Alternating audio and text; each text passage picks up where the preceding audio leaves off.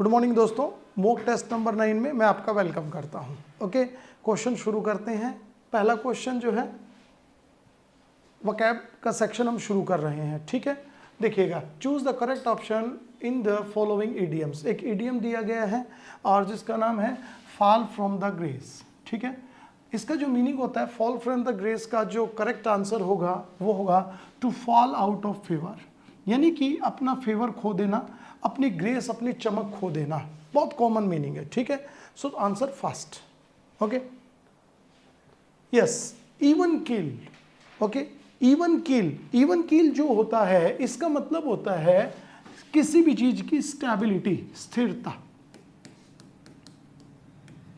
स्थिरता। इवन किल। नोवाइस का मतलब होता है नया।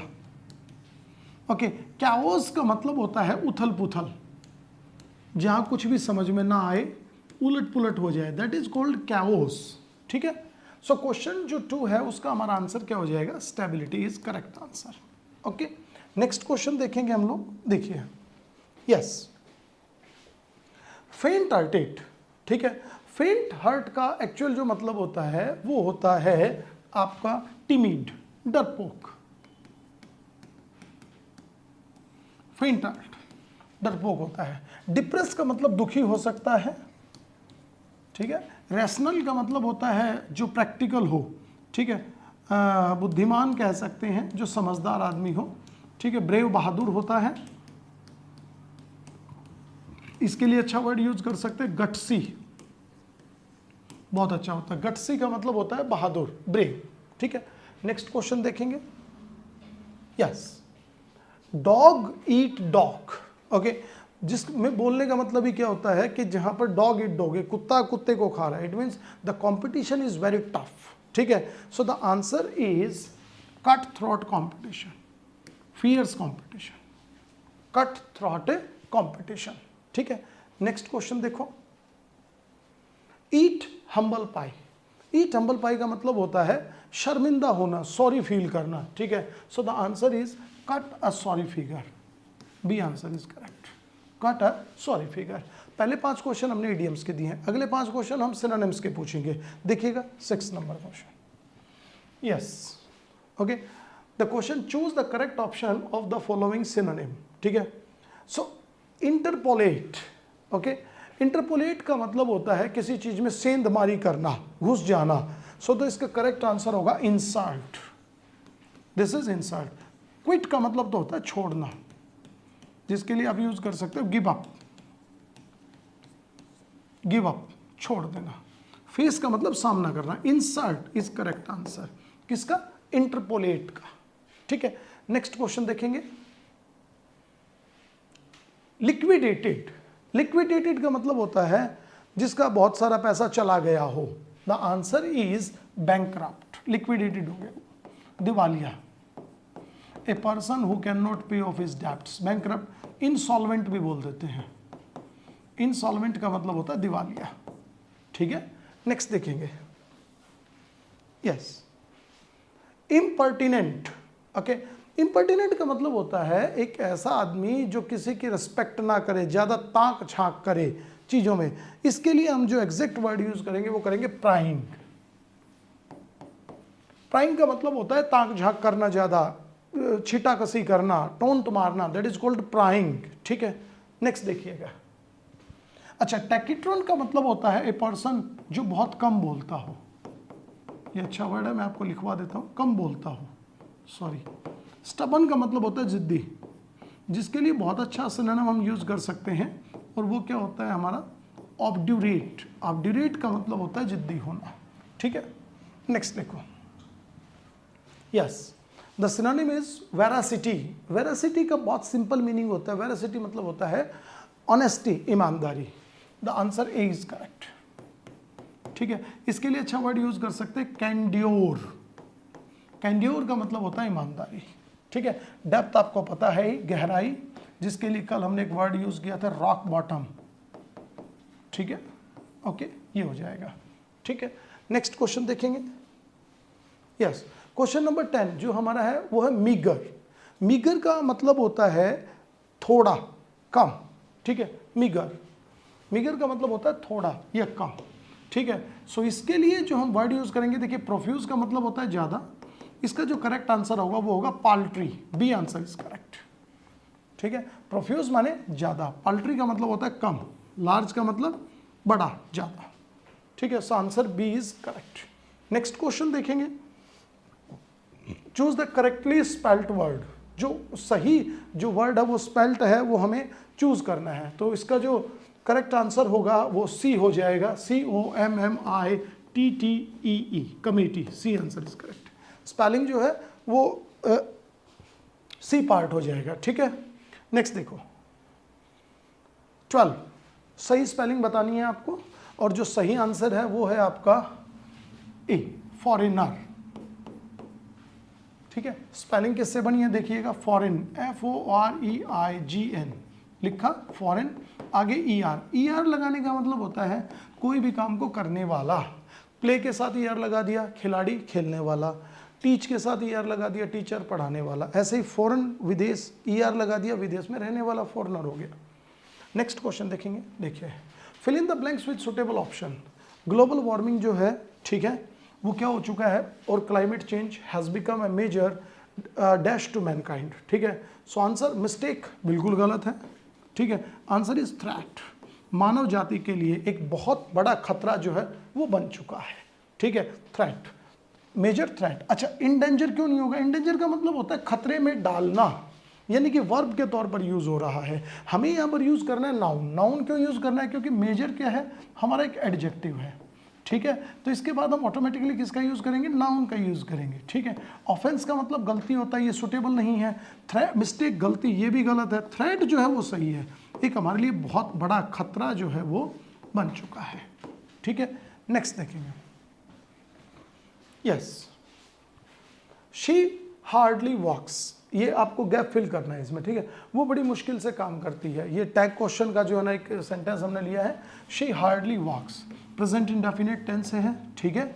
डजंट यूज नहीं होगा क्योंकि हार्डली के साथ टैग हमेशा कैसा यूज होगा, पॉजिटिव यूज होगा।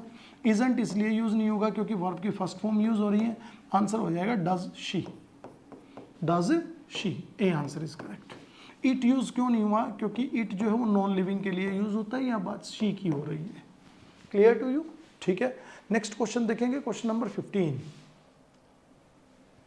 आई एम लुकिंग फॉरवर्ड, मैं लुक फॉरवर्ड का मतलब होता है किसी भी चीज की प्लानिंग करना, किसी भी चीज की योजना बनाना, ठीक है। सो क्या करने के लिए looking forward, to meet Nitara again, Nitara से दोबारा प्लानिंग कर रहा हूं। मीट गलत है, मीटिंग या टू मीटिंग। देखिए लुक फॉरवर्ड जो वर्ड होता है उसके बाद हमेशा याद रखना लुक फॉरवर्ड टू एक कंप्लीट वर्ड है और इसके बाद ING का यूज होगा। आंसर डी हो जाएगा, लुक फॉरवर्ड टू। एक तो ये वर्ड हो गया। कुछ वर्ड्स मैं लिख रहा हूं जैसे कि विद अ व्यू टू, ठीक है, एग्रीएबल टू, एडिक्टेड टू, ये जितने भी वर्ड्स हैं इन सब के बाद अगर आप वर्ब लिखोगे तो वो किस में लिखोगे, ING की फॉर्म में लिखोगे, वर्ब प्लस ING। समझ में आ गया, ठीक है। तो ये हो जाएगा, तो लुक फॉरवर्ड टू एक कंप्लीट वर्ड है, आंसर डी हो गया। क्लियर, ठीक है। नेक्स्ट देखेंगे, find an error in the following sentences. जो सेंटेंस दिया गया उसमें आपको गलती ढूंढनी है। What would happen if human beings were govern by robots, ठीक है।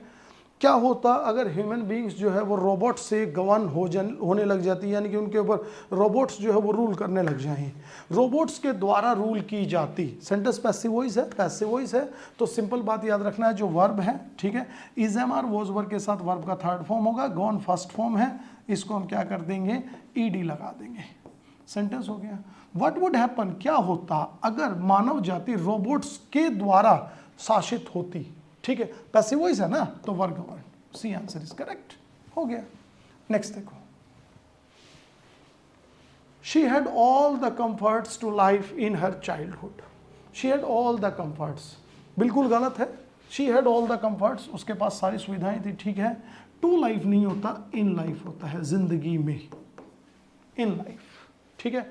एक छोटी सी चीज मैं आपको यहां बता देता हूं, लाइफ और डेथ, ठीक है, इनके साथ दा का यूज नहीं करेंगे, लेकिन अगर किसी स्पेशल कंटेक्स्ट में यूज हो तो हम द का यूज कर सकते हैं, ठीक है। नॉर्मल अर्थ में यूज नहीं होगा, जैसे कि डेथ इज अ फैक्ट, ये बिल्कुल सही है, लेकिन the death of Mohan made his father desolate.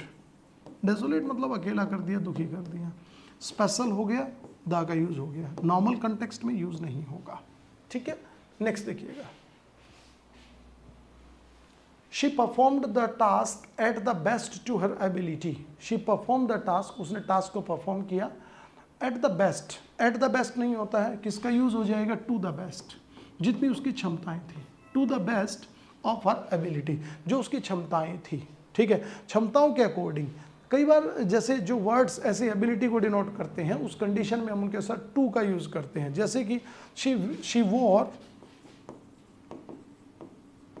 Her best clothes, ये हम चीज़ डिलीवर कर रहे हैं टू द पार्टी, पार्टी के लिए उसने सबसे अच्छे कपड़े पहने, तो यही बात यहाँ पर है। शी परफॉर्म द टास्क, ठीक है, to the best of her ability, जिसकी उतनी क्षमताएं थी उतना उसने परफॉर्म किया, टू का यूज हो जाएगा। क्वेश्चन नंबर 19 देखेंगे, Taj Mahal is one of the best buildings in the world. Taj Mahal जो है वो दुनिया की सबसे बेहतरीन बिल्डिंग्स में से एक है, एक हिस्टोरिकल मॉन्यूमेंट है, एक यूनिक चीज है, उसके लिए किसका यूज हो जाएगा, द का यूज हो जाएगा इसके साथ, तो द ताजमहल, द ताजमहल। बहुत सिंपल क्वेश्चन भी है, थोड़े से मुश्किल भी है, मीडियम भी है, सब मिक्स करके चल रहे हैं। Sohail has not attend school for 5 days। Sohail ने 5 दिन तक स्कूल जो है अटेंड नहीं किया। एक सिंपल मेथड मैं आपको यहाँ बता रहा हूँ जो आपको फॉलो करना है। जब भी सेंटेंस में आपको हैज़, हैव या हैड नजर आए तो एक बार आप वर्ब की थर्ड फॉर्म को चेक जरूर कर लिया करो। बहुत क्वेश्चन एग्जाम में अब आ रहे हैं, हैज़ आ रहा है, वर्ब की थर्ड फॉर्म वर्ब की फॉर्म चेक करो, थर्ड फॉर्म है क्या, अरे अटेंड तो फर्स्ट फॉर्म है, बस यही क्वेश्चन हो गया, अटेंडेड हो गया क्वेश्चन। नेक्स्ट देखो, सेंटेंस इंप्रूवमेंट का क्वेश्चन है। She did nothing but studied, उसने कुछ नहीं किया, सिर्फ और सिर्फ क्या करी, पढ़ाई करी, ठीक है। तो जो क्वेश्चन हो जाएगा, देखिए नथिंग बट जो वर्ड होता है ना, नथिंग बट, ठीक है, नथिंग बट के बाद ऑलवेज रिमेंबर, ओके, हम बेयर इन्फिनेटिव का यूज करेंगे। बेयर इन्फिनेटिव होता है बिना टू के वर्ब की फर्स्ट फॉर्म, ठीक है। टू स्टडी गलत है, बिना टू के वर्ब की फर्स्ट फॉर्म, बिना टू है, वर्ब की फर्स्ट फॉर्म है, B answer is correct. Studying गलत होगा, क्लियर टू यू, ठीक है। नेक्स्ट क्वेश्चन देखेंगे, हिज एक्सेस, उसकी जो एक्सेस थी ऑन द थ्रोन, सिंहासन पर ताजपोशी हो रही थी, was celebrated with great pomp, बड़े धूमधाम से उसे मनाया गया, ठीक है। हिज एक्सेस, ओके, ऑन की जगह यूज करेंगे हम टू का, access to the throne, access to, access के साथ एक फिक्स प्रोपोजिशन के कंटेक्स्ट में आप इसको याद कर सकते हो, किसका यूज होगा, टू का यूज होगा। तो यहाँ पर आंसर क्या हो जाएगा हमारा, C part is to the throne, clear, ठीक है। नेक्स्ट क्वेश्चन देखेंगे, यस, वन वर्ड सब्सटीट्यूशन दे रखा है, बहुत अच्छा वर्ड है। A person who does not believe in any religion, एक ऐसा आदमी जो किसी भी धर्म में यकीन ना करता हो। बहुत सिंपल है, इसका आंसर हो जाता है पैगन, ठीक है। एथीस्ट का मतलब तो नास्तिक होता है, एक नेगेटिव सेंस को डिनोट करता है, ठीक है, जो भगवान को ना मानता हो। भगवान को ना मानना एक अलग चीज़ होती है और धर्म को ना मानना एक अलग चीज़ होती है। तो ए person who does not believe in God वो होता है एथीस्ट, ठीक है। लेकिन ए person who does not believe in any religion is called pagan, ठीक है। नेक्स्ट देखिएगा, म्यूजिक संग और प्लेड, एक ऐसा म्यूजिक जो रात में बजाया जाता है, बिलो अ बिलाउड विंडो, खिड़की के नीचे, ठीक है, that is called serenade. Serenade समझ रहे हो, सेरेनेड बोलते हैं उसको, किसी प्रेमिका के खिड़की के नीचे जाके बजाना, ठीक है, सेरेनेड। सोनेट जो वर्ड दिया गया है, सोनेट का मतलब होता है एक 14 लाइन की कविता, 14 लाइन्स की poem, that is called sonnet. Ballad जो है वो गलत वर्ड है, आगे चलिए, ठीक है, मिसप्रिंट हो गया है ये। एंड लास्ट क्वेश्चन आज का 25 सवाल है हमारे। रिलेशनशिप जो है बाय ब्लड और बर्थ, जन्म से किसी से संबंध होना, इज कॉल्ड, इसको हम बोलते हैं किनशिप, तो रिश्तेदारी होती है। जो नेपोटिज्म होता है वो भाई भतीजावाद होता है। कॉन्सिंग्विटी, जो जन्म से किसी से संबंध होता है, दैट इज कॉल्ड कॉन्सिंग्विटी। नेपोटिज्म मैंने बता दिया भाई भतीजावाद, यानी कि अपने लोगों को फेवर देना, ठीक है। किनशिप होती है रिश्तेदारी, ओके। सो 25 क्वेश्चंस जो है वो हमने किए, ठीक है। अगर आप अपना स्कोर मैच करें, कोई भी पर्टिकुलर टॉपिक पढ़ना हो आपको, आप कमेंट बॉक्स में लिखें। कोई भी सजेशन आपको देना हो, हम आपके सजेशंस हमारे लिए वैल्यूएबल हैं, अप्रिशिएट किए जाएंगे, वो आप कमेंट बॉक्स में लिखते रहिएगा, ठीक है। किसी पर्टिकुलर एग्जाम की मान लो एक ग्रुप कोई तैयारी कर रहा है, वो चाहते हैं कि सर थोड़ा सा इन क्वेश्चंस को हाईलाइट करें, हम उसके लिए तैयार हैं, ओके। आपको वीडियो अच्छी लगी हो तो उसको शेयर करें, सब्सक्राइब करें। Thanks for watching us, okay bye.